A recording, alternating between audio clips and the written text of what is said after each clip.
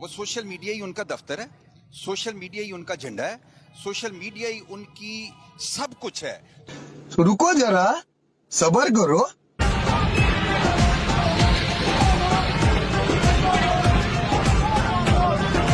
Election field के अंदर होता है, सोशल मीडिया के अंदर नहीं है। सोशल मीडिया के अंदर आपकी पोस्ट को 1 करोड़ लोग लाइक करते हैं, लेकिन प्रैक्टिकली आपके लिए एक बंदा भी बाहर नहीं निकलता। ये हकायक है पाकिस्तान के। तो रुको जरा, सब्र करो। तुमने जब भी पुकारा हमें वतन, तेरे गुलशन को फिर से सजाएंगे हम। तुमने जब भी पुकारा हमें वतन। टैक्स लगानी है मजलूमियत की, मैं आ नहीं सकता।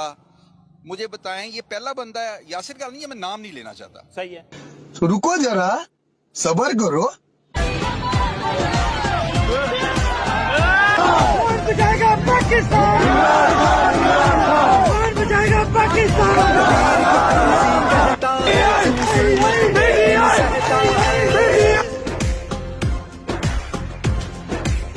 हो तकदीर का काजी कहता है, क्यों जुल्मत के दिन सहता है। अपने बच्चों के मुस्तकबिल का कातिल बन के रहता, ना जीता है ना मरता है, क्यों अगले से डरता है। खत्म, bye bye, tata, good bye, गया।